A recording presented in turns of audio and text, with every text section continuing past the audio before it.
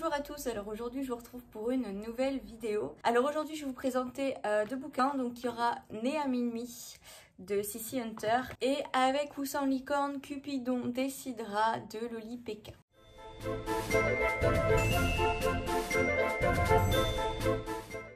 Alors je vais commencer avec le premier que j'ai lu, donc Né à minuit. Il a été publié aux éditions Michel Lafon dans le format poche. Il est sorti il y a quelques années puisqu'il est sorti en 2012 et il fait à peu près 450 pages. C'est un petit bouquin que j'ai lu assez rapidement.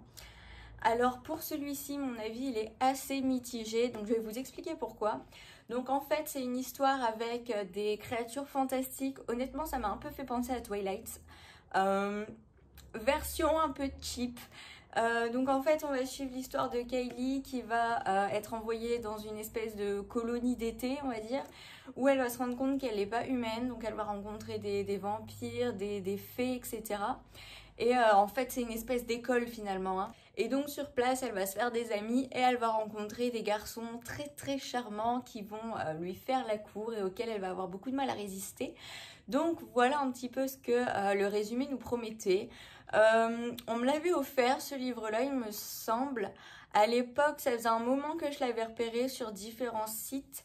Et donc voilà, je voulais le lire, mais ça remonte un petit peu. Et finalement, j'ai pas été 100% convaincue. Alors, le style d'écriture, je l'ai trouvé vraiment nul. Alors c'est peut-être un petit peu violent dit comme ça, mais j'ai trouvé vraiment le style d'écriture hyper lourd. En fait, j'ai pas arrêté de lever les yeux au ciel en lisant le livre. Il y avait des tournures de phrases mais tellement lourdes et puis des descriptions chiantes et j'ai vraiment pas accroché en fait au style d'écriture. Et ça parlait tout le temps de son odeur virile et sa carrure virile et ses doigts de pied virils ou que sais-je encore. Et c'était répétitif, en fait je trouve vraiment pas ça bien écrit, c'est vraiment trop jeunesse au niveau du style d'écriture, il n'y a vraiment pas l'effort qu'on peut avoir sur des livres un peu du même style. C'est pour ça que je le compare un peu à un Twilight version un peu nulle, parce que au niveau de l'histoire on est sur quelque chose d'assez similaire, un truc un peu fantastique etc, avec un triangle / rectangle amoureux, mais c'est pas aussi bien écrit que Twilight, hein. Moi j'ai eu beaucoup de mal en tout cas. Ça a fait beaucoup trop jeunesse pour moi et pourtant j'aime les livres jeunesse. Si vous avez vu mes autres vidéos, ça me dérange pas que ce soit écrit en mode jeunesse, mais là c'est du jeunesse mal écrit en fait. C'est un peu du jeunesse dans lequel on prend les filles pour des espèces d'attardés avec les hormones en ébullition. Enfin c'est un peu... Moi j'ai trouvé que c'était flagrant, que ça sautait aux yeux et j'ai vraiment pas aimé. On va attendre que les voitures soient parties. A few moments later. Donc disais-je. Ensuite pareil, au niveau des personnages, je les ai trouvés beaucoup trop gnangnan cucu.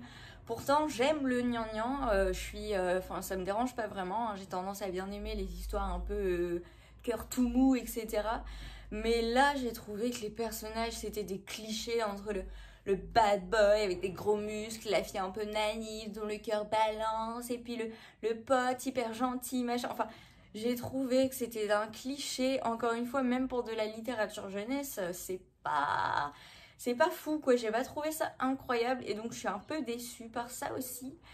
Mais ce qui fait que c'était pas une lecture 100% nulle, c'est l'intrigue. Que l'intrigue, en dehors du rectangle amoureux là, un peu trop lourd à mon goût, j'ai trouvé qu'elle avait énormément de potentiel en fait, et ce qui a fait que j'ai pas lâché le livre et que je me suis forcée à continuer, c'est parce que je voulais tout simplement savoir la suite, parce que j'ai trouvé que c'était super bien tourné l'intrigue. En fait il y a des choses qui pourraient être intéressantes, comme savoir ce qu'est Kylie, parce que même s'il y a des fées, même s'il y a des loups, même s'il y a des vampires etc, on sait pas ce qu'elle est.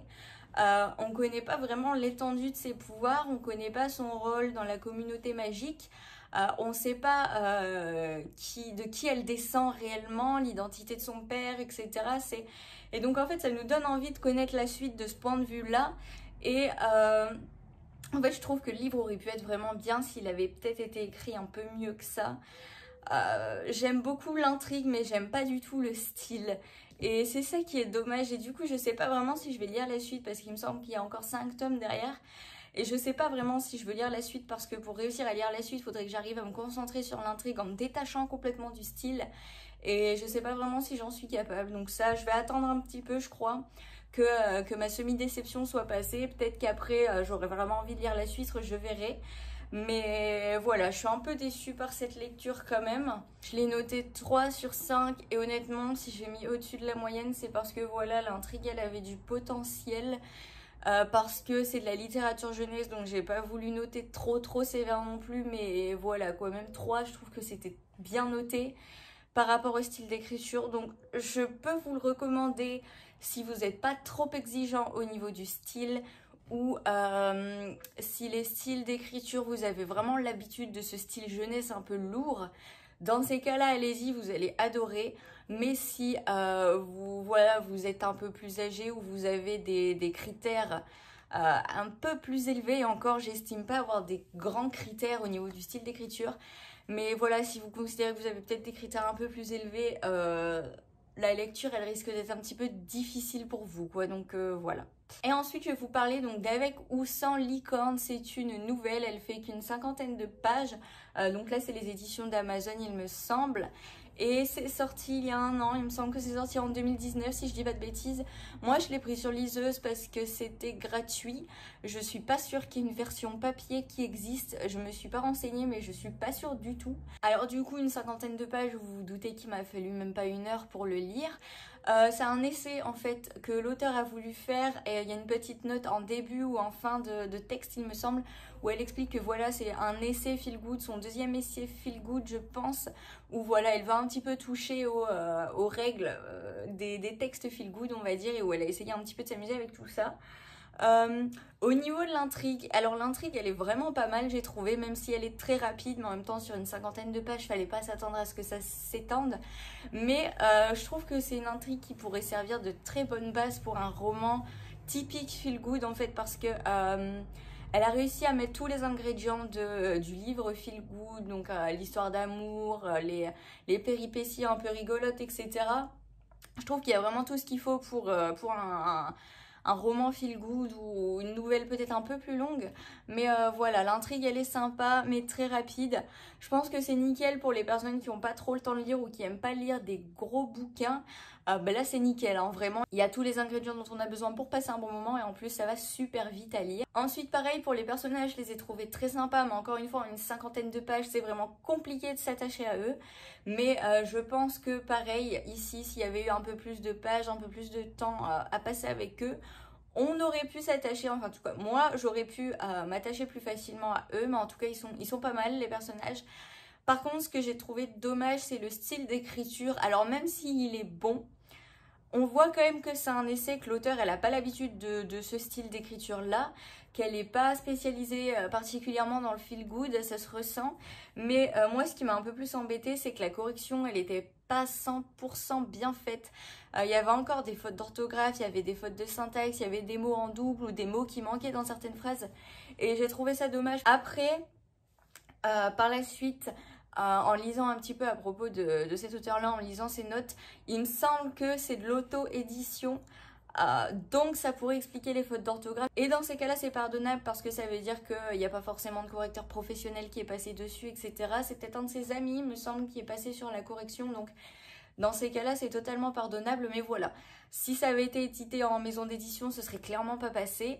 Finalement, du coup, je suis un petit peu plus indulgente. Donc au final, c'est une nouvelle assez sympa. Je lui donnerais aller 3,5 sur 5 parce que c'est cool, etc.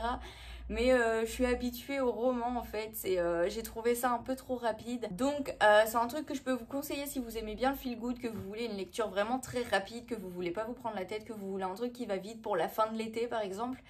Je pense que voilà, ça peut le faire.